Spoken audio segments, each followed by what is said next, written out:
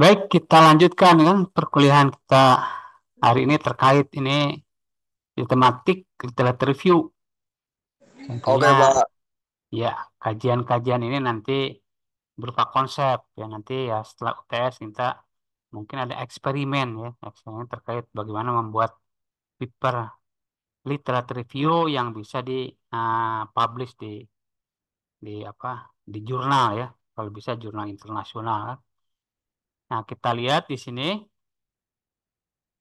apa materinya kan materi lanjutan tentang literatur review dan sistematik literatur review. Seperti kemarin kita ada tema nanti ya yang akan kita bahas nih. Tema tentunya pendalaman dari tema yang kemarin ya. Tema yang kemarin ini ada pendalaman hmm, apa? Pengembangan layanan analisis sentimen berbasis cloud computing untuk data sosial media.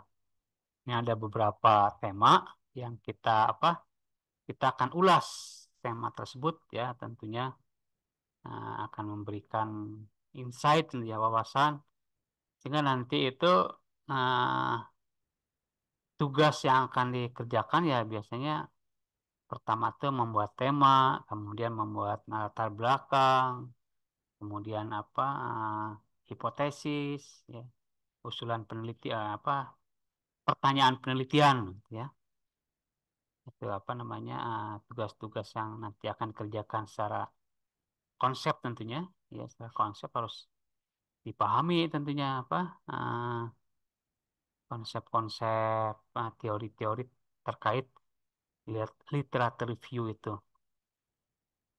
Baik, kita akan mencoba membahas ya terkait ini poin-poin tentunya yang akan kita diskusikan pada hari ini terkait apa tema-tema tersebut kan kita akan lihat nih, tema-tema tersebut. Di sini kita lihat ya terkait pengembangan layanan analisis sis- ya, ya sis- analisis sentimen dan ya sentimen berbasis cloud computing untuk data sosial. Artinya tema di sini yang diangkat adalah berkaitan dengan pengembangan teknologi ya, untuk menganalisis sentimen dalam data sosial. Media menggunakan ini cloud computing ya di tema yang diangkat itu. Analisis ya berbasis cloud computing ya pada media sosial. Kemudian yang kedua ya tentunya tema yang akan dibahas terkait kecerdasan buatan nanti. Ya, kalau dalam tema pertama itu pengembangan teknologi menganalisis sentimen dalam data sosial, media menggunakan cloud computing. Tentunya dalam paper systematic literature review ini, ya, kita akan meninjau berbagai metode ya atau algoritma dan platform cloud yang digunakan untuk analisis sentimen. Ya. Tentunya literatur-literatur yang kita baca, kita harus fokus kan, kita harus pilih ya terkait ya metode-metode algoritma, dan platform tentunya cloud yang digunakan untuk analisis sentimen. Ini analisis sentimen ya. Kemudian yang kedua ini yang penerapan kecerdasan buatan. Ya, tentunya ini temanya ya terkait ya, ini ya penerapan teknologi AI untuk deteksi dini di sini gempa bumi ya. Nah, teknologi AI, artinya analisis teknologi AI untuk deteksi ya, ini adanya gempa. Ya, dengan awal ini lagi tren nih gempa karena semalam itu ada gempa. Ya, semalam atau kemarin ada gempa ya. Artinya bisa up to date ini kalau kalian bisa membuat paper literature review terkait ini gempa ya. Artinya nanti jurnal-jurnalnya, paper-paper yang di download ya, yang dibaca itu mencakup studi ya, algoritma AI juga yang digunakan untuk prediksi gempa, di gempa ya. Nah, data yang digunakan ya, dan implementasi teknologi ini dalam sistem peringatan dini. Artinya ada early, early warning system terkait ini ya, terkait gempa ya.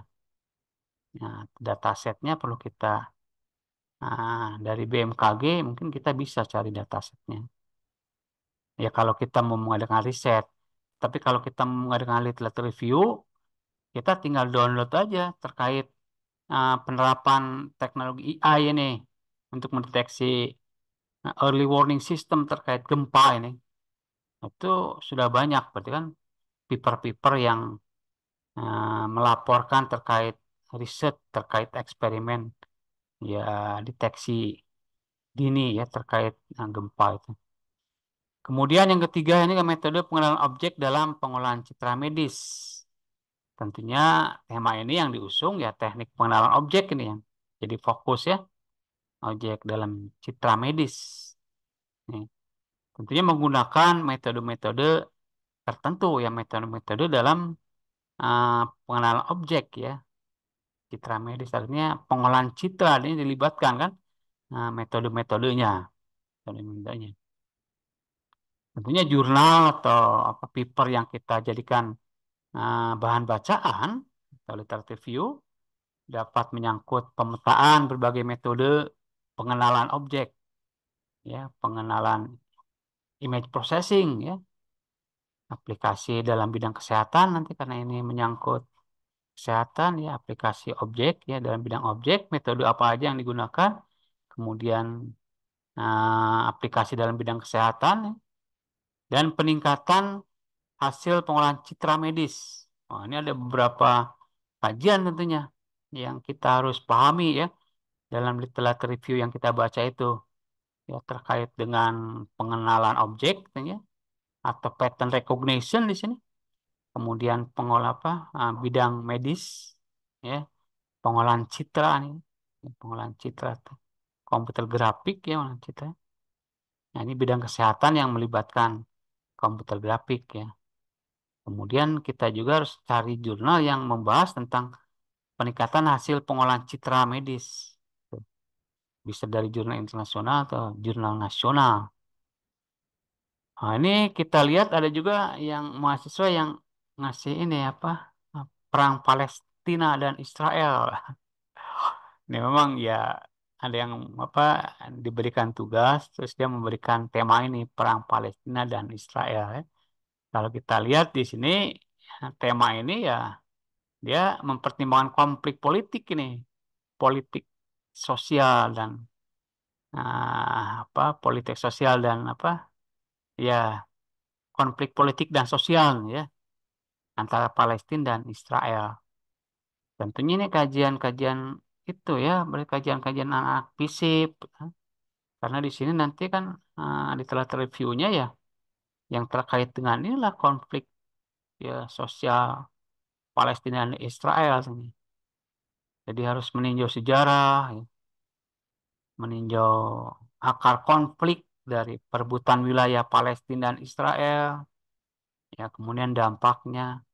Setelah mungkin ya kita harus membaca literatur review ya upaya perdamaian dan solusi yang telah diusulkan. Oh, ini kayaknya apa kurang cocok ya kalau bidang IT ya. Ini kayaknya bidang fisik. Nah, tapi kalau kita punya ide untuk menerapkan bidang IT dalam dalam kasus ini, ya saya pikir termasuk state of the art, ya, termasuk inovasi ya kalau bisa ya.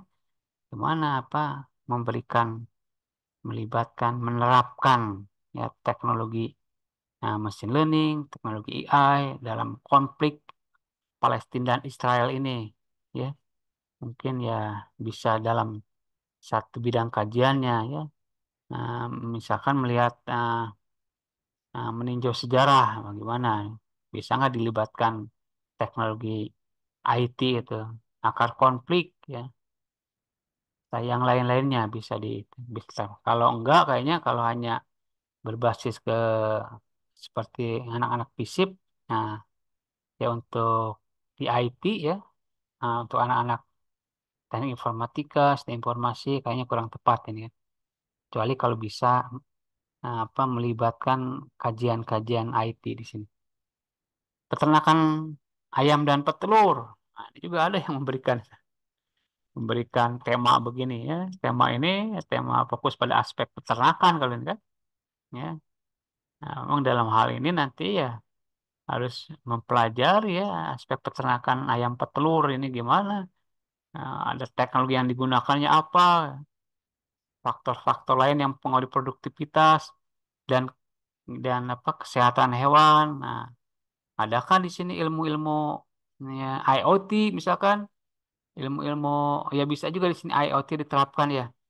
Ini bisa nggak IoT diterapkan? Ya, itu termasuk inovasi artinya. State of the art-nya dapat kalau mampu menerapkan teknologi IoT, teknologi ya apa yang lainnya ya termasuk AI, machine learning, deep learning. Bisa juga ini kan diangkat menjadi sebuah literatur review. Artinya dicari jurnal-jurnal yang membahas, yang melaporkan terkait penelitian ini yang melibatkan teknologi IoT atau teknologi AI. Ya, ini ada penyalahgunaan beasiswa KIP kuliah. Nah, ini di sini ya apa penyalahgunaan beasiswa KIP kuliah tentunya ya harus dicari literatur. Ada yang membahas ini nggak penyalahgunaan beasiswa KIP kuliah? Ya, karena kita harus meninjau studi-studi tentunya tentang cara-cara penyalahgunaan itu. Kan harus ada orang yang mengkaji itu.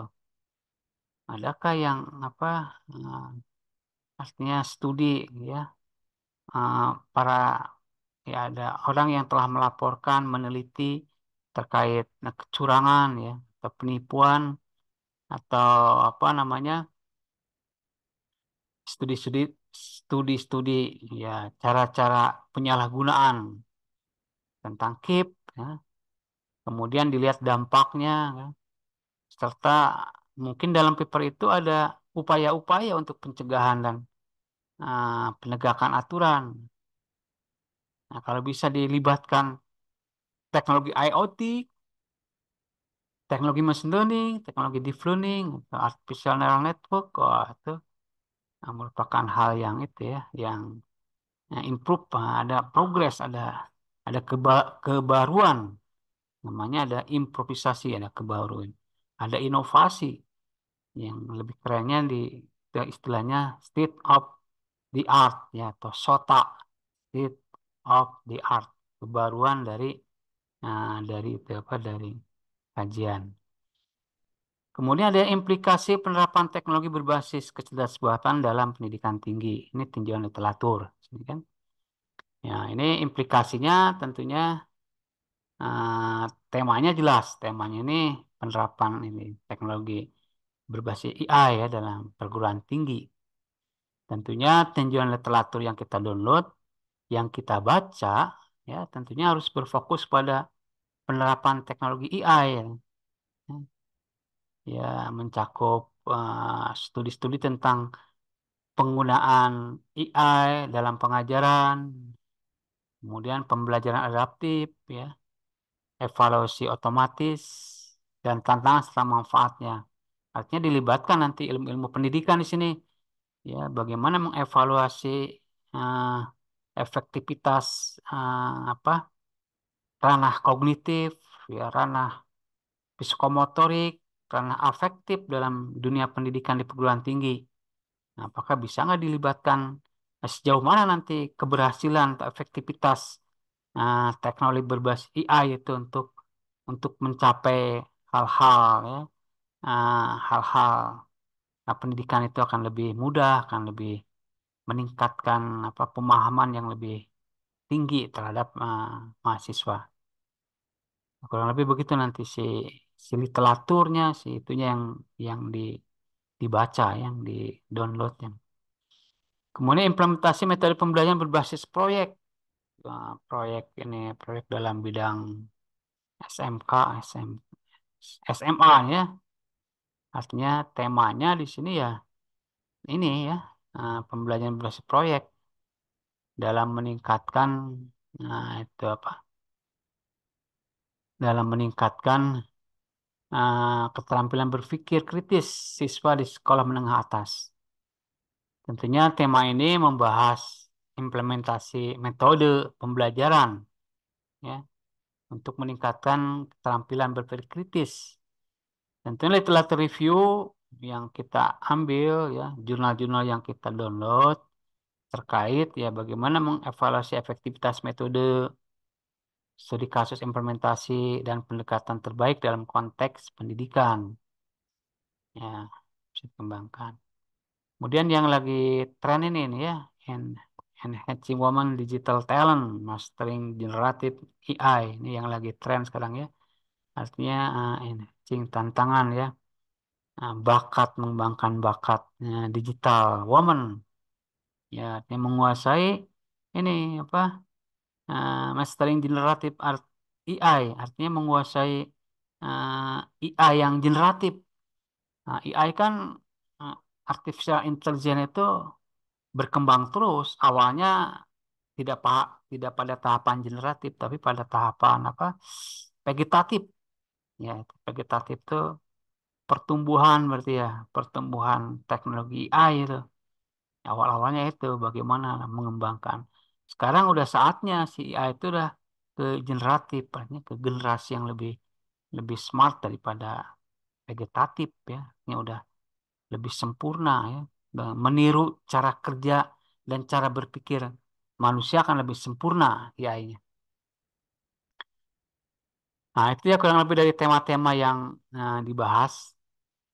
Tentunya dari sini kalau bisa kita analisis pada tahap berikutnya, kita ada beberapa saran ya dalam pembuatan paper yang berbasis literatur review ini. Di antaranya saran-saran tersebut adalah kita harus memperhatikan tentunya ya, memperhatikan terkait uh, pembuatan pengembangan paper yang berbasis literatur review. Ya, di antaranya kita harus menentukan ruang lingkup yang jelas. Ya, ruang lingkup. Ya, setelah biasanya problem definition, artinya setelah menentukan permasalahan, kita pun harus menentukan ruang lingkup yang jelas. Jadi tentukan ruang lingkup penelitian dengan jelas agar fokus dan tujuan penelitian kita terdefinisi dengan baik. Terdefinisi dengan baik tentunya. Nah ini nanti ini udah cukup jelas ya ini ruang lingkupnya itu adalah analisis ini apa sis sentimen ya. Nah, menggunakan itu analisis sentimen berbasis cloud computing ini jelas ya ini jelas. Kemudian ya identifikasi sumber informasi. Berarti nanti kita harus mencari informasi-informasi yang terkait ini, terkait analisis sentimen ya, terkait metode-metode cloud computing ya. Nah, untuk data sosial media ya berarti kan nanti data-data sosial media itu sekarang udah banyak sekali ya sehingga data itu eh, apa bertaburan ya berlimpah ruah. Ada sosial media Facebook, sosial media WhatsApp, sosial media eh, banyak ya sosial media yang bisa kita jadikan sumber. Tapi kita harus bisa itu juga apa memilah ya, menganalisis, mencari, ya, mengidentifikasi sumber informasi yang memang betul-betul berkualitas dan relevan dengan bidang analisis sentimen, analisis sentimen relevan ya yang akan digunakan pada literatur review. Kemudian penyusunan rangkuman ya kita harus membuat resume ya dari langkahnya itu. Buat rangkuman resume terhadap artikel-artikel yang akan kita tinjau agar mudah dikelompokkan dan dianalisis. Kemudian penilaian kualitas dari literatur ya tentunya ini penting juga karena literatur review yang jurnal itu literatur yang kita baca tentunya literatur yang bersumber dari sumber-sumber yang punya kualitas ya kalau bisa ya yang sumber-sumber ya sumber-sumber dari internasional ya, seperti Scopus. Nah, Scopus dari jurnal-jurnal internasional Scopus 1, 2 atau jurnal-jurnal yang terafiliasi pada kalau nasional ada Sinta 1, Sinta 2 dan seterusnya ya. Berarti ya. Nah, setelah itu kita pun harus mampu menganalisis dan membuat sintesis ya dari tema atau dari jurnal yang kita baca, kita harus mampu menganalisis dan membangun sintesis. Analisis itu begini, analisis itu ya artinya pemeriksaan ya, dengan cara mengurai elemen-elemen yang membangun objek yang kita teliti, yang membangun sistem yang kita amati, ya diurai kan, sehingga nanti di sana ketemu bagaimana nah, korelasi antara elemen-elemen yang ada terhadap tujuan sistem. Itu analisis. Nah, kalian harus mampu menganalisis dari eh, paper yang dibaca. Ya, artinya memeriksa kan, memeriksa elemen-elemen yang membangun sistem. Itu aja ya. Memeriksa dulu setelah ketemu elemen-elemen yang membangun sistem, kemudian tingkat selanjutnya kita harus mencari korelasi antara elemen-elemen yang membangun sistem tersebut dengan target yang telah ditentukan. Nah, itulah analisis. Jadi ada evaluasi dalam analisis. Nah, evaluasi kan artinya sama memeriksa ya, memeriksa hasil dari apa yang telah dicapai dengan target yang telah ditentukan, dievaluasi berapa persen akurasinya, berapa persen presisinya, berapa persen recall, AUC dan yang lainnya secara ukuran statistik begitu. Nah, kemudian setelah analisis itu kita melangkah ke hal yang berikut itu sintesis.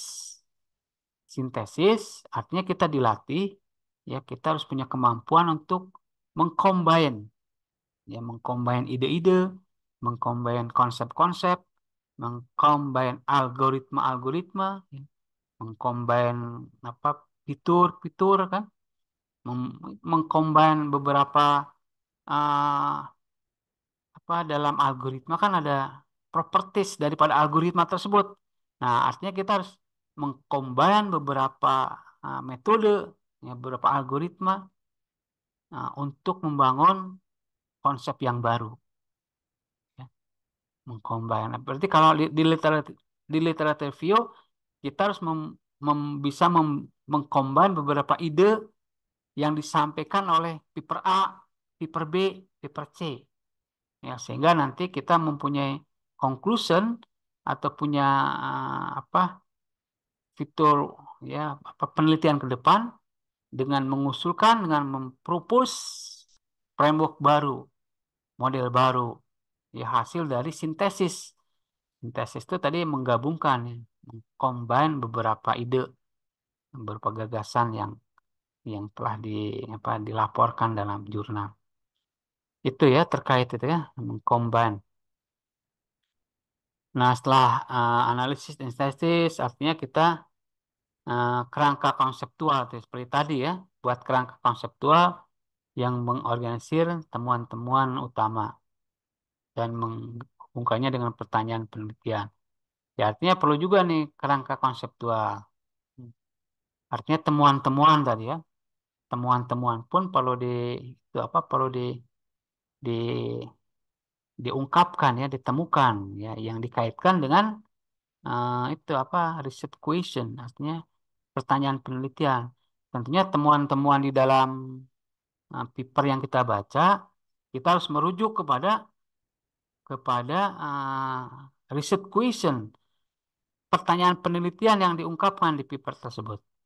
Ya apa kalau temuan-temuan tersebut telah menjawab pertanyaan penelitian di dalam paper tersebut, artinya paper tersebut relevan, ya, bisa kita gunakan, relevan. Artinya ya punya bobot paper tersebut. Nah, itu ya penyampaian temuan tuh. Jadi sampaikan temuan-temuan utama secara sistematis dan objektif dan ajukan saran atau rekomendasi yang relevan berdasarkan temuan-temuan tersebut. Itu ya saran-saran terkait tema-tema yang apa diusulkan ya, tema-tema yang akan diteliti tentunya ya harus mengikuti tahapan atau proses-proses ilmiah yang tadi Bapak jelaskan kan. Nah, itu tema SLR. Ini, nah nanti ini bisa dibaca nanti ya. Tema tersebut sangat relevan.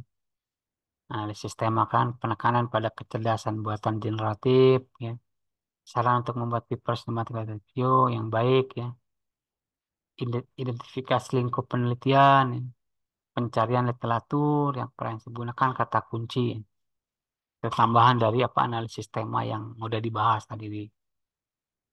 Artinya bisa dikembangkan nanti beberapa kajian, beberapa strategi ya untuk itu artinya untuk memperluas apa wawasan kita ya. Nah, ini analisis tema ini kalau dikaitkan ini lebih fokus analisis tema yang ini apa yang ini enhancing women's digital talent ya, artinya bagaimana mengembangkan bakat eh, digital woman ya dengan menguasai AI generatif. Nah, ini tema-tema yang lagi tren ini ya, yang sering diadakan workshop ya, lagi tren ini. Kayaknya di apa di Kominfo mengadakan seminar ini terkait ini enhancing women digital talent ya. Ini yang topiknya ini mastering generatif AI.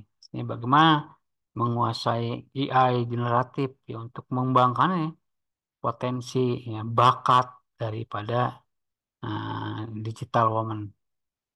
Ini analisis tema yang di atas ini ya. Tema tersebut sangat relevan dengan perkembangan terkini di dunia teknologi dan keahlian digital. Itu yang tema di atas tadi itu. Ya. Fokus pada peningkatan keahlian digital perempuan. Nah, dan penguasaan kecerdasan generatif, generatif AI. Di sini menunjukkan dua aspek penting, ya, inklusif gender, ya, ini perempuan kan, dalam teknologi dan peran teknologi maju dalam pemberdayaan individu, individu perempuan. Ya, ini biasanya mungkin cocok juga oleh kementerian ini, Kementerian Pemberdayaan Anak dan Perempuan. Ini bisa ya dipakai untuk apa? Pakai untuk proyek gitu ya, proyek kementerian itu kan masih ada ya Kementerian Anak dan Pemberdayaan Perempuan. Kemudian kalau kita lebih lanjut, jadi penekanan pada kecerdasan buatan generatif menambah dimensi penting terkait dengan kemampuan teknologi untuk menciptakan konten baru dan inovasi.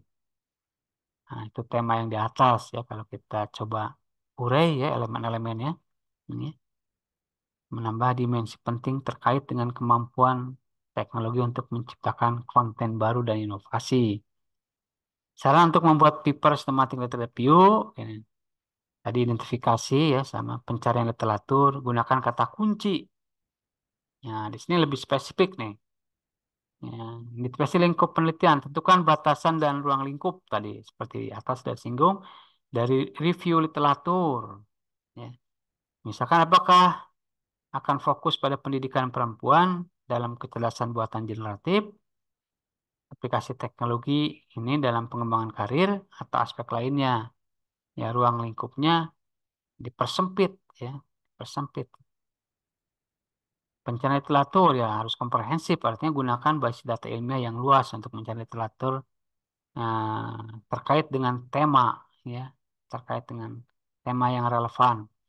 Gunakan kata kunci ya untuk mencari literatur, misalnya woman in technology ya, atau digital skill atau generatif AI dan lainnya. Ini sangat membantu sekali terkait dengan kajian-kajian apa yang akan kita laporkan nanti. Ini analisnya. Ya, nanti ini bisa dibaca ya. Artinya terkait ini kan konsep-konsep yang bisa dipahami ya. Penilaian kualitas literatur, review, organisasi struktur, analisis komprehensif ya. Sintesis temuan. Nah, sintesis dengan analisis beda tadi kan. Saya jelaskan penulisan ya. Kesimpulan dengan tegas, revisi dan koreksi. Ini artinya ini penyempurna daripada apa? Literatur review yang paper literatur paper yang berbasis literatur review. Ada beberapa proses yang perlu didalami ya, perlu dipahami dengan baik tentunya. Itu ya terkait analisis tema. Nah, kemudian kita ya melihat lagi ya, apa itu literatur review. Harus diulang-ulang ya supaya nanti jadi itu apa kognitif kita terlatih artinya kita tahu kalau ditanya apa sih literatur review. Ya. Oh, literatur reviewnya tinjauan pustaka, bisa juga kan. Kemudian ya kalau ranah kognitifnya ya kita bisa nanti melakukan tinjauan pustaka ya tinjauan literatur, kemudian penelitian terkait. Terus itu kognitif ya. Kalau ya dalam dunia pendidikan tuh ada itu ada kognitif, psikomotorik sorry ya, afektif. Kognitif tuh nanti tahu apa literatur review. Oh itu tinjauan pustaka, tinjauan literatur. Terhadap penelitian terkait ya. Kemudian secara psikomotorik gimana ya kita karena kuliah ya kita diberikan tugas, artinya nanti kita mempunyai kemampuan untuk melakukan literatur review, artinya dengan membaca paper-paper dipublish di yang dipublish di ya jurnal-jurnal, ya kita baca ya, kita amati kan, ya kita fokus di sana kan, untuk menjadikan paper tersebut menjadi bahan bacaan kita. Nah, tentunya apa yang kita baca harus kita pahami, sehingga nanti kita bisa menemukan latar belakang, bisa menemukan problem ya dalam literatur review, bisa menemukan apa problem statement, ya, bisa menemukan apa research question, ya, pertanyaan penelitian, kemudian bisa menemukan keterkaitan, ya, relevansi antara temuan dengan research question, ya, bisa temuan-temuannya bisa memahami analisis, ya analisis yang dikembangkan di sana ya, kan dia menganaliskan mengurai ya, beberapa elemen itu memeriksa oh analisisnya terkait tema tertentu tuh eh, pakar atau ahli menganalisisnya bla bla bla bla bla. Oh, begitu. Jadi kita lebih paham terkait bidang yang akan kita tekuni analisis. Kemudian kalau di paper tersebut ada sintesis, itu berarti lebih bagus. Wah, sintesis artinya dia mampu mengcombine beberapa ide dari riset-riset yang telah dilakukan oleh orang. Kemudian dia mengusulkan, artinya framework baru, mengusulkan model baru. Nah, itu sampai ke sana kita berarti apa? Waktu membaca paper itu sampai kepada conclusion itu berarti sudah punya kemampuan psikomotorik, ya punya kemampuan bergerak. Nah, artinya bergerak, ya bergerak panca indera kita bisa digerakkan untuk itu, untuk apa? Untuk memahami apa yang dibaca psikomotorik. Ya diharapkan levelnya sampai ke afektif, ya artinya apa yang kita baca, apa yang kita lakukan bisa diterapkan dalam dalam tugas-tugas kita sehari-hari ya, tugas-tugas kita yang akan datang yang afektif. Berarti kalau sudah sampai proses itu dilalui, nah kalian punya bekal artinya untuk mengadakan membuat apa paper literatur review. Ya, kalau proses yang tadi dijelaskan itu bisa diikuti ya, bisa dilaksanakan. Nah, itu ya tentang literatur review. Apa itu literatur review? Nah, itu ya bahan pustaka ini kan tinjauan pustaka. Memang di sini literatur review berisi uraian tentang teori, ada teori-teori kan temuan, bahan penelitian lain yang diperoleh dari bahan acuan untuk dijadikan landasan kegiatan ya. Uraian dalam literatur review ini diarahkan untuk menyusun kerangka pemikiran yang jelas tentang pemecahan masalah yang dirumuskan. Ya ada masalah berarti kita harus merumuskan ya. Kemudian literatur review merupakan eh, salah satu tahapan penting dalam sebuah penelitian. Ya, itu memang ya dalam sebuah riset itu riset by eksperimen maupun riset by Literatur review, nah, literatur review ya merupakan proses yang harus dilalui, ya. Karena secanggih apapun ide yang kita punyai, kalau tanpa didukung oleh kajian pustaka atau literatur review, itu biasanya ide tersebut akan mentah, ya. Nah, ini kemarin pun udah kita singgung ya terkait ini kan, ya. Ada pertanyaan sampai sini? Diskusikan nggak?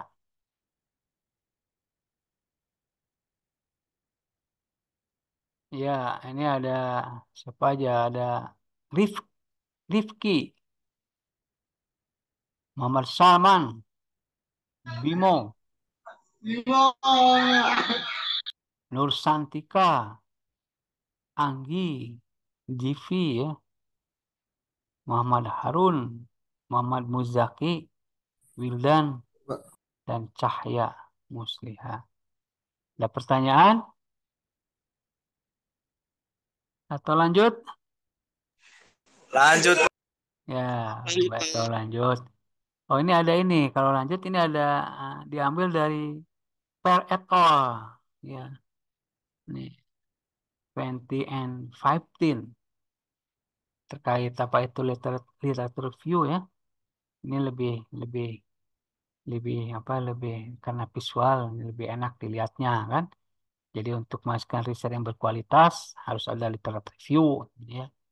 Karena literatur review itu nanti jadi pondasi teori yang memvalidasi eh, klaim novelty, membangun hipotesis penelitian. Nah, ini literatur review itu ini jadikan pondasi ya, klaim novelty, kebaruan ya, membangun hipotesis karena eh, klaim novelty yang kita klaim nanti bisa dibaca di novelty. Oh ya, bisa baca di literatur, paper. Kemudian literatur review pun ya, ya literatur review riset artinya riset berdasarkan literatur review ya. Risetnya berdasarkan tinjauan pustaka, berdasarkan paper yang telah dilakukan, berdasarkan laporan paper yang telah dilakukan oleh peneliti lain. Nah, ini biasanya punya potensi besar ya untuk disitasi. Karena literatur review berbasis riset itu nanti bisa mengidentifikasi apa yang telah diriset terkait topik. Ya, apa aja topik deep learning atau apa aja temanya deep learning. Nah, topiknya tuh banyak sekali kan topik dari deep learning. Jadi nanti kelihatan di sana state of the art-nya, kebaruannya kelihatan dengan membaca dengan literature review. Kemudian bisa juga menemukan tren ya, dari riset yang yang kita baca dari paper-paper tersebut ya. Ya, tren itu kecenderungan ya. Apakah misalkan teknologi AI digital digital ya skill digital apa teknologi AI untuk membangun apa talent woman digital itu merupakan tren nggak sekarang. Nah, itu bisa dilihat nanti dari beberapa penelitian yang telah dilakukan oleh para peneliti membuat ringkasan ya nah,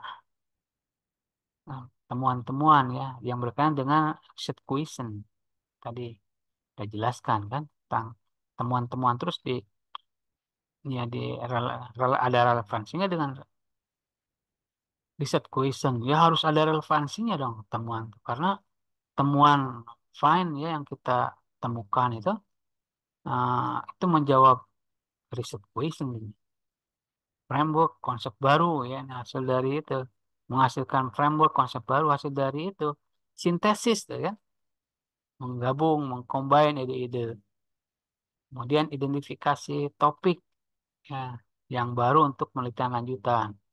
Nah, dari sana kita bisa melakukan penelitian lanjutan kan karena kita sudah memahami, sudah membaca, sudah mempelajari beberapa kajian teori. Nah, itu ya literatur ya. Nah, ini terkait itu ya, terkait problem statement. Ya, tentunya problem statement penting kan dalam sebuah paper kan, atau hipotesis itu penting sekali. Karena hipotesis itu adalah merupakan jawaban sementara dari riset yang akan kita lakukan. Hipotesis itu. Hipotesis itu ya bisa juga digunakan untuk memandu penelitian yang akan kita lakukan, memandu jawaban sementara sebelum diadakan eksperimen tentunya, memandu. Ya berarti kalau dengan literatur review, eksperimennya berdasarkan jurnal, berdasarkan paper yang kita baca, ya. Itu pun kan hasil eksperimen orang lain paper itu. Sehingga pemahaman tentang problem statement ya perlu kita latih, perlu kita latih kan problem statement.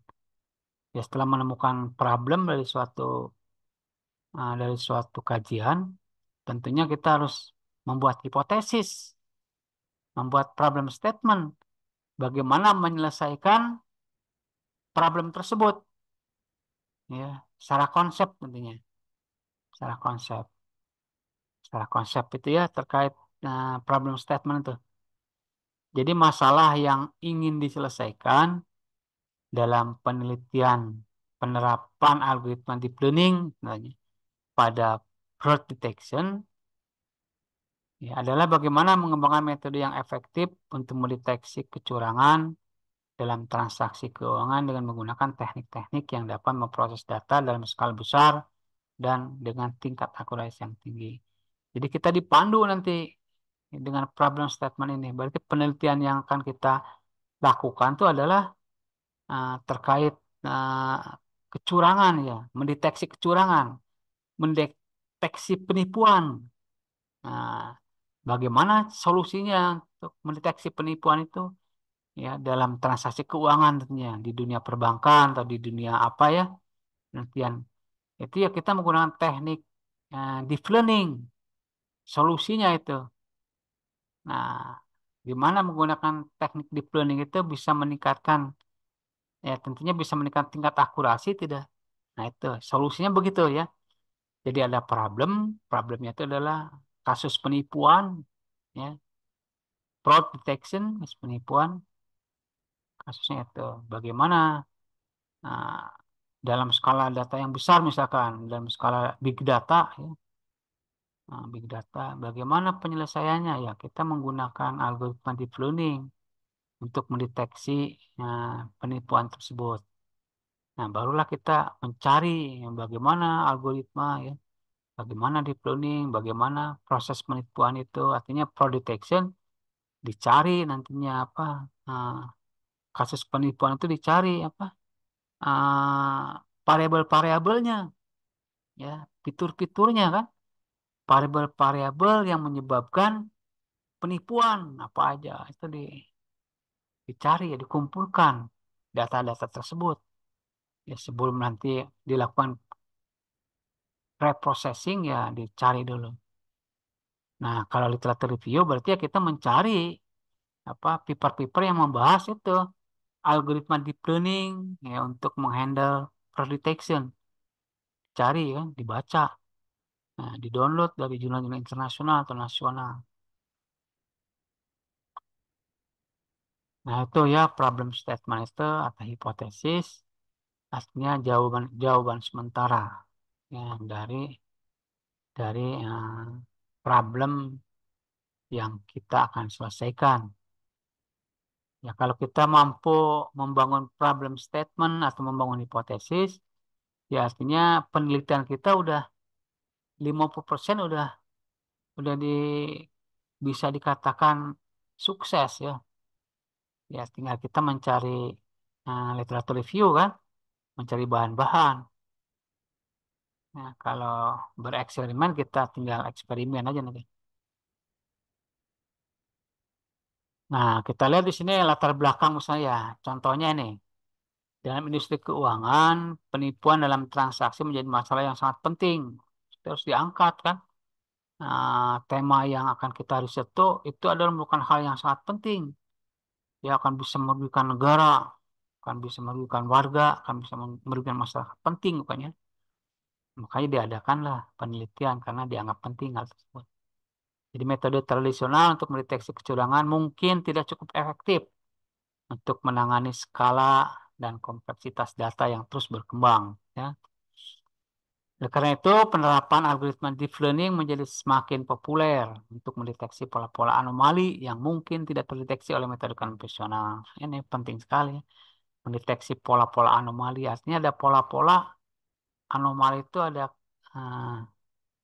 ada kesalahan ya, terjadi anomali artinya terjadi kesalahan ya. Datanya ada, tapi kenapa hal kecurangan itu terjadi? Berarti kan ada hal-hal yang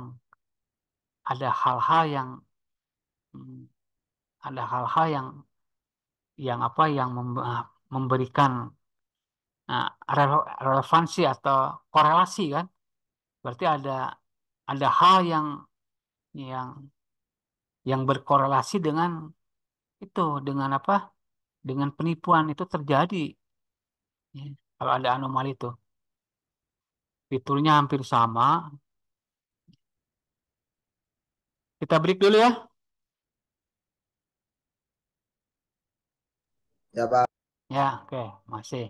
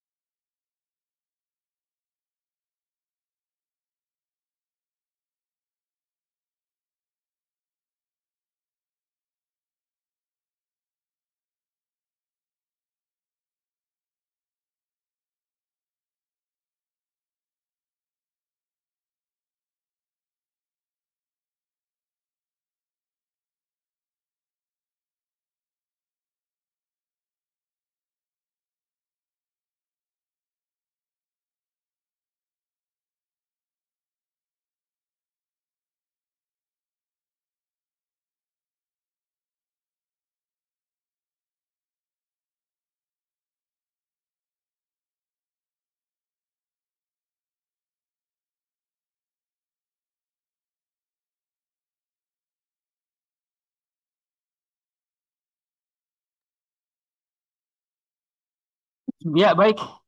Kita lanjutkan ya. Terkait problem statement atau hipotesis atau jawaban sementara. Ya, tadi udah kita bahas kan terkait problem statement itu. Jadi masalah yang ingin diselesaikan dalam penelitian penerapan algoritma deep learning pada fraud detection. Ya, di sini kita lihat contoh di sini ya di dalam industri keuangan artinya penipuan dalam transaksi menjadi masalah yang sangat penting. Jadi riset yang akan kita lakukan itu harus penting, sangat penting karena akan merugikan negara, merugikan masyarakat kan. Metode tradisional sudah tidak bisa mendeteksi lagi ya, sudah tidak efektif sehingga kita memberikan usulan atau akan meneliti beberapa literatur review terkait penanganan fraud detection ini ya atau kecurangan ini ya, penipuan ini dengan menggunakan algoritma yang populer itu algoritma deep learning itu ya sehingga dia bisa mendeteksi nanti pola-pola yang anomali ya pola-pola anomali itu pola-pola yang ya data-datanya sudah ada lengkap tetapi kenapa terjadi kesalahan berarti ada ya sesuatu ada eh, sebuah variabel yang menyimpang nah itu yang akan diamati ya terjadi anomalinya. Kemudian setelah itu kita masuk ke itu apa setelah problem statement kita akan lebih detail pada bagaimana membangun research question, pertanyaan penelitian. Di sini ya pertanyaan berarti diawali oleh apakah atau bagaimana ya. Lalu di sini apakah penerapan algoritma deep learning itu efektif untuk mendeteksi kecurangan dalam transaksi keuangan? Dan bagaimana performa metode ini dibandingkan dengan pendekatan tradisional? Itu apa? Nah, research question-nya. Nah, tentunya nanti temuannya itu harus menjawab ini, menjawab pertanyaan penelitian, temuan yang didapatkan itu. Bisa aja temuannya itu bisa ya apa ternyata apa penggunaan algoritma deep learning meningkatkan tingkat akurasi nah, yang lebih tinggi. Itu bisa terjadi kan, berarti hipotesis nol diterima, hipotesis satu ditolak. Atau kalau kita merujuk ke problem statement, istilah hipotesis diganti dengan problem statement. Ya. Berarti dalam hal yang diajukan pada problem statement itu tercapai dengan baik. Ya, kemudian uh, itu ya state of the art ya tadi udah kita singgung ya tentang state of the art itu artinya ada pembaruan dari paper yang kita baca ya, dari paper yang kita telaah, ada pembaruan, pembaharuan, pembaharuan. State of the art, ada pembaharuan. Ya, berarti kalau di paper A itu dia hanya menggunakan deep learning standar, ya misalkan ya, untuk menangani fraud detection itu, paper yang kita baca itu yang pertama. Paper yang kedua, ya menggunakan apa algoritma deep learning tetapi dengan melibatkan optimasi hiperparameter. Berarti state of the art-nya penelitian kedua itu dibandingkan penelitian pertama adalah optimasi hiperparameter pada deep learning. Itu state of the art, pembaruan ya dibandingkan dengan penelitian yang telah dikerjakan oleh orang lain. Kalau kita akan melaksanakan penelitian sendiri, berarti harus ada hal yang lebih baru lagi. Ya, ada metode atau ada ada pembaruan yang membedakan dengan penelitian yang lain. Ya, jadi ada validasi di sana. Itu ya terkait itu. Kalau ini yang contoh yang lebih lengkapnya bisa juga ya untuk menambah wawasan. Ya. Salah satu contoh state of the art dalam penelitian penerapan algoritma deep learning pada fraud detection adalah penggunaan arsitektur neural network yang mendalam ya seperti ini convolutional neural network ya atau recurrent neural network yang dioptimalkan untuk mendeteksi pola-pola anomali dalam data transaksi keuangan. Ya, artinya deep learning-nya menggunakan itu, ya CNN atau IRN. Kalau ini belum dilakukan oleh orang, berarti itu adalah merupakan state of the art-nya.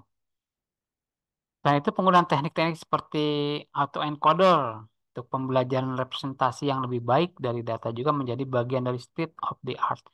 Autoencoder artinya ya kalau belum dilakukan oleh orang lain, autoencoder itu sebuah function ya yang bisa mengkonversi ya mengkonversi data yang bertipe kategorikal atau label ke dalam bentuk numerik ya atau binary. Itu autoencoder. Nah, kalau riset kita tuh melakukan ya, menggunakan ya, menggabungkan ini fungsi autoencoder dalam pengolahan data fraud detection itu pun adalah merupakan state of the art. Nah, itu state of the art ya. Artinya ada pembaruan dari paper yang kita baca atau dari uh, penelitian yang akan kita lakukan. Ya, state of the art-nya. Kemudian, bagaimana kita membangun formula framework ya, formula framework ya, ya formula framework ya sebelum kita membangun framework yang baru, tentunya kita harus mengetahui juga bagaimana sih formula framework itu. Nah, ada minimal ada tiga nih formula yang harus ada dalam suatu framework. Pertama harus ada data pre-processing, ya. Kemudian ada model development, ya. Kemudian ada evaluasi dan validasi. Ini dalam paper yang kita baca, yang kita teliti, ini hal ini harus ada ya, harus data pre-processing harus ada. Artinya data itu supaya berkualitas dilakukan dulu ya. Data pembersihan data supaya data itu berkualitas ya. Nah, ada beberapa tools yang bisa digunakan yaitu normalisasi data transaksi keuangan. Dibuatlah normal dulu itu dalam paper itu nanti menjelaskan normalisasi itu. Sehingga data-data itu normal ya jatuh di antara rank tertentu. Tidak ada data outlier, tidak ada data pencilan ceritanya. Dinormalkan dulu ya sehingga nanti pengolahan menggunakan algoritma akan berjalan dengan baik. Ada penghapusan noise dan outlier. Penghapusan noise itu noise kan gangguan ini ya. Bisa aja data itu ada data yang kosong, ada data yang salah ketik, ada data yang ya apa data yang tidak seharusnya itu bagaimana menghandlenya. Dihapus. Outlier juga outlier itu ya data yang di luar domain ya. Ekstraksi fitur penting artinya ada seleksi fitur selection artinya di fitur-fitur atau atribut itu diseleksi hanya atribut-atribut yang punya korelasi yang tinggi saja yang kita gunakan untuk data training dan data testing. Nah, itu biasanya dalam paper itu dibahas itu nah, terkait data preprocessing. Karena itu merupakan salah satu elemen dari formula, dari apa framework ya, dari kerangka kerja. Ya. Ya. Kemudian model developnya gimana? Ya, deploy-nya pengembangan struktur deep learning yang sesuai dengan ini CNN, IRN atau auto encoder. Bagaimana arsitekturnya? Arsitektur deep learning kan berarti ada apa input layer, hidden layer, ada output layer. Nah, biasanya nanti di hidden layer itu ada berapa layer? Biasanya lebih dari satu ya. Kalau itunya kompleks, big data, hidden layer tuh banyak, ya ada tiga atau empat. Tiap layer bisa aja terdiri daripada 10 node, 10 neuron. Itu hal teknis tentunya. Dalam mengembangkan model harus paham juga masalah teknis terkait algoritma deep learning itu. Nah, itu dibahas banyak ya. Atau auto encoder. Bagaimana konsep mentransformasi data kategorikal menjadi data numerik. Dibahas. Pelatihan model dengan data latih yang besar dan representatif. Pelatihan model ya. Artinya data latihnya besar, ya, sehingga diharapkan bisa menghasilkan tingkat akurasi yang tinggi. Ya. Sehingga setelah kita punya model yang stabil, yang robust, artinya bisa diuji coba dengan eh, sehingga si model tersebut bisa ini apa representatif kan terhadap terhadap sistem nyata ya, terhadap sistem yang sebenarnya, bisa mewakili sistem sebenarnya karena data yang dilatih itu banyak. Waktu diadakan apa generalisasi atau uji validasi, nah, dengan data yang baru, tentunya si model yang kita kembangkan akan mampu uh, mendeteksi atau mampu mengeneralisasi, ya, mampu mengenali data yang diinput karena dia udah dilatih dengan data yang cukup banyak. Penggunaan teknik regularisasi untuk mencegah overfitting. Ya, regularisasi.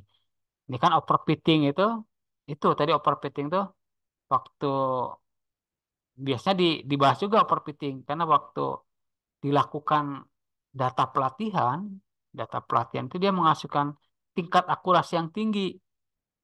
Nah, tetapi waktu dicoba dengan data testing, data yang baru validasi, dia si model tersebut tidak mampu mengeneralisasi, artinya rendah, hasilnya rendah. Itu namanya overfitting.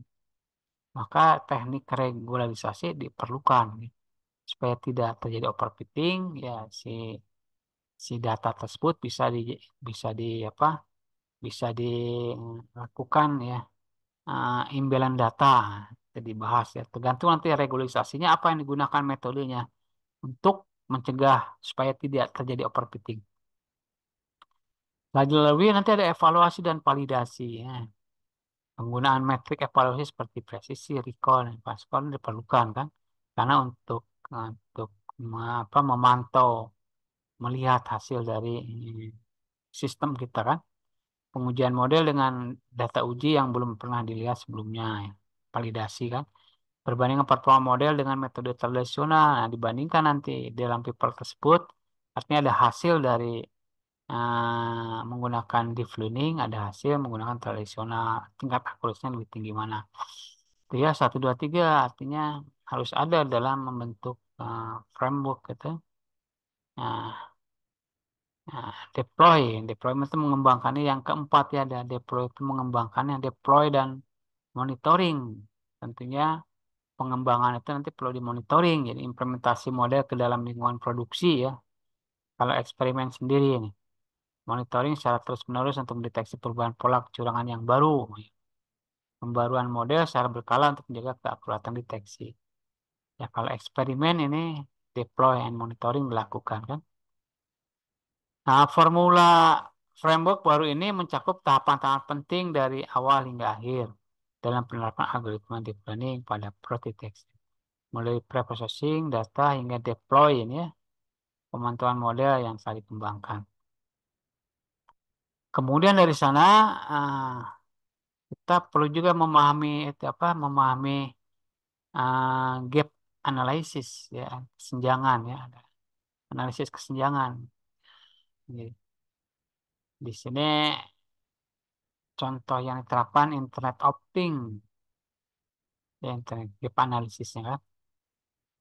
Gap analisis kalau dalam tadi fraud detection berarti gap analisisnya bisa kita temukan kan dari hasil dari penelitian paper A dengan paper B ya itu bisa diketemukan ya. Gap analisisnya bisa ditemukan ya. Contohnya ada gap analisis itu ada kesenjangan ya paper A dengan paper B. Ya, paper A kan menggunakan apa tadi? Algoritma deep learning standar. Itu tentunya dia nanti ada hasil kan? Hasil akurasi, presisi dari dari eksperimen yang dilakukan. Kemudian paper B itu menggunakan menggunakan deep learning dengan menggunakan itu optimasi optimasi hiperparameter untuk deteksi kecurangan. Itu nanti pun ada hasil.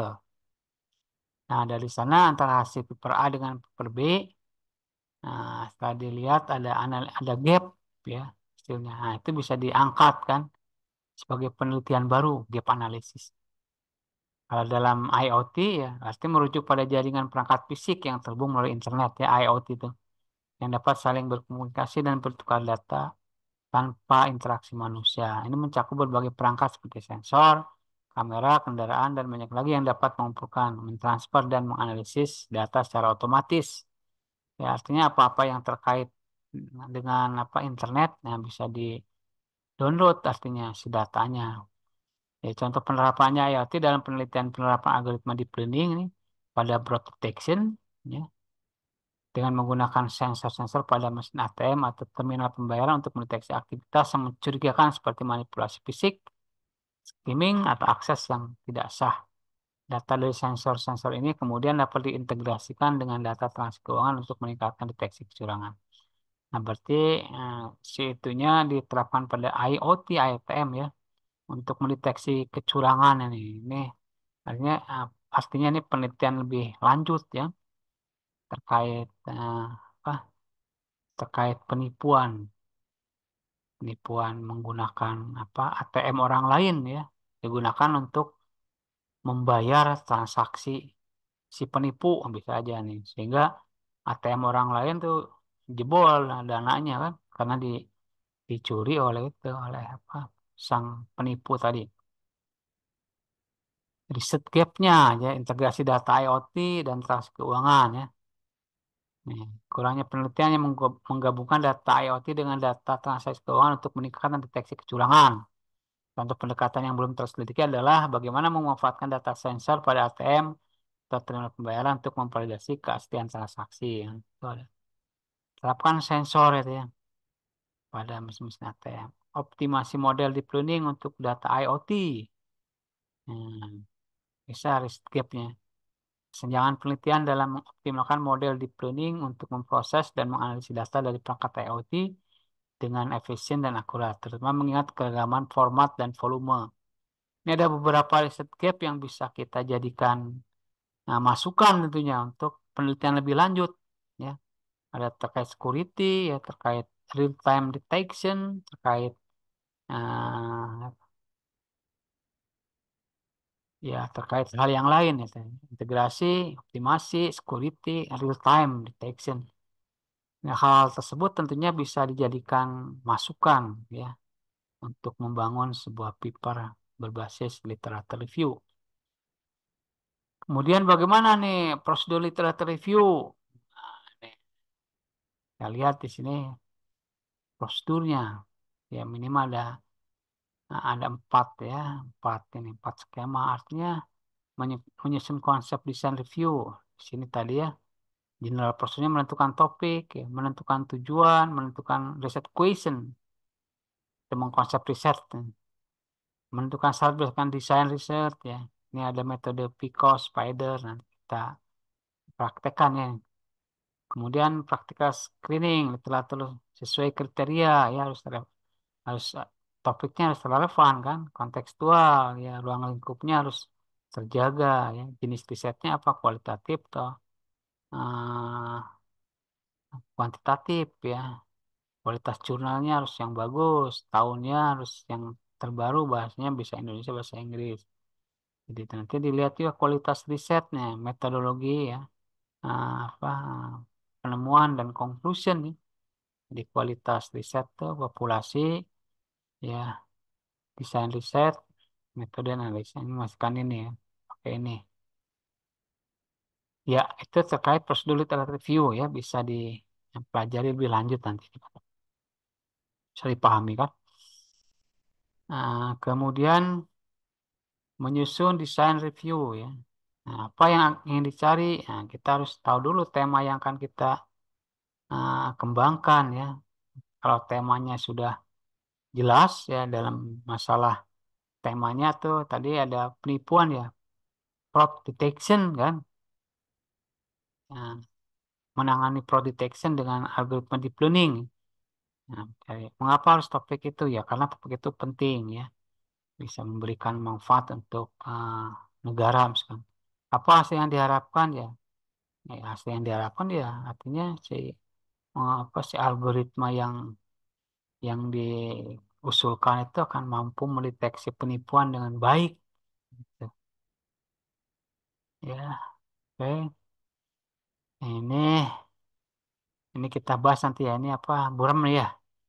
Induktif deduktif approach. Artinya induktif, pendekatan secara induktif, pendekatan secara deduktif. Kalau induktif itu biasanya mulai dari hal teknis ke konsep ya. Kalau deduktif itu dari konsep ke teknis ya, dari besar ke kecil. Ini dari kecil ke besar. Ya. Nah, tujuan alternative view, nah, ini tujuannya identifikasi kesenjangan, yang gap tadi kan. Setelah kita membaca banyak literatur review, kita dapat untuk menghindari duplikasi. Nah, jadi penelitian kita tuh nanti berbeda dengan penelitian orang lain. Misalnya, identifikasi metode yang pernah dilakukan, yang dengan relevan yang penelitian dilakukan. Artinya kita nanti punya metode yang relevan ya, yang pernah, yang sering digunakan oleh para peneliti lain metodenya, algoritmanya kan. Meneruskan penelitian sebelumnya, nah, ini bisa meneruskan penelitian yang belum sempurna untuk mendapatkan informasi tentang apa yang orang lain telah lakukan. Ini penting juga ini, sehingga kita tahu bahwa topik atau tema yang kita bahas itu udah banyak dikerjakan orang dan hasilnya adalah ada yang bagus, kurang bagus, ada yang sangat memuaskan. Itu dilihat dari paper saja ya, informasi tersebut. Tujuan literatur review ya ini mereview literatur ya, artinya mengulas literatur ya. Nah, membuat artikel review, tujuan literatur review itu. Nah, kita nanti produknya punya paper ya yang berbasis artikel review. Membuat bab literatur review sebuah laporan proposal ya proposal. Kemudian menyusun state of the art-nya untuk mencari gap penelitian. Ya udah menyusun konseptual framework. Nah, ini setelah ini dilalui, ya ujungnya harus bisa mengusulkan framework baru ya. Manfaat literatur review nantinya memperdalam pengetahuan tentang bidang yang teliti ya, itu manfaatnya kan. Mengetahui hasil penelitian yang berhubungan dan yang sudah pernah dilaksanakan. Rancangan penelitian yang terperinci dan unik dibandingkan penelitian terdahulu. Ada state of the art-nya ya, ada sesuatu yang baru yang diusulkan ya. Mengetahui perkembangan ilmu pada bidang yang kita pilih. Ya, artinya ilmu tersebut masih merupakan tren atau masih banyak disukai, masih banyak diteliti oleh banyak para peneliti. Sering juga disebut dengan ini apa istilah novelty atau kebaruan. Intinya dengan adanya state of the art, maka sebuah usulan penelitian memiliki perbedaan dengan penelitian sebelumnya. Ya walaupun kecil, nah itu bisa diapresiasi sebagai state of the art. Ya walaupun kecil, yang penting ada perbedaan dengan penelitian orang lain. Adapun hasilnya ya nanti tergantung dari apa yang dieksperimenkan kan. Bisa lebih bagus atau bisa lebih jelek itu ya nggak apa-apa. Yang penting kita ada melakukan eksperimen ya sehingga bisa ada kesimpulan baru ya. Nah, novelty, originality dan kontribusi. Novelty itu belum pernah dilakukan peneliti lain ya. Original artinya data yang kita punya itu atau metode yang kita pakai itu ya khas ya, asli artinya ya tidak menjiplak ya, penelitian orang lain ya menjiplak itu artinya copy paste ya nggak boleh tapi ya menjiplak ya, copy paste sehingga sama betul ya baik teori maupun metodenya harusnya ada perubahan ya narasinya pun dirubah ya kata-katanya dirubah kontribusi sumbangan terhadap masyarakat atau impact dari hasil penelitian ada kontribusinya kalau anak policy itu ya, ada kontribusi. Nah, matematik literatur review nih SLR adalah metode literatur review yang sistematis dan mendalam. Ya, tadi udah kita bahas di awal-awal kan untuk mengevaluasi secara komprehensif literatur yang relevan dengan pertanyaan penelitian. Ya, nah, untuk mengevaluasi secara Langkah-langkah SLR ya, perumusan, pengembangan, penyaringan literatur ya, evaluasi kualitas, dan sintesis. Ya, udah. Contoh kasus misalkan ini adalah analisis sentimen berbasis cloud computing untuk data sosial. Ini ada tugas ya. Tugasnya adalah identifikasi protokol pencarian yang efektif untuk topik penelitian tersebut ya, untuk penelitian ini ya, apa protokolnya atau kata kuncinya pencarian efektif untuk topik ini kan, kata kuncinya. Seperti ini kan kata kunci analisis sentimen, kata kunci. Nah, cloud computing, metode-metode cloud computing ya, dan data sosial media nih. Sosial media kan bisa Facebook, bisa Instagram dan yang lain. Analisis kajian yang dilakukan. Analisis ya, artinya analisis itu tadi apa? Lakukan pemeriksaan terhadap elemen-elemen yang membangun kajian yang dilakukan, objek yang dilakukan ya. Kan dalam kajian tersebut ada objek yang dilakukan kan? Dilakukan. Ya, itu ya yang bisa disampaikan tugasnya terus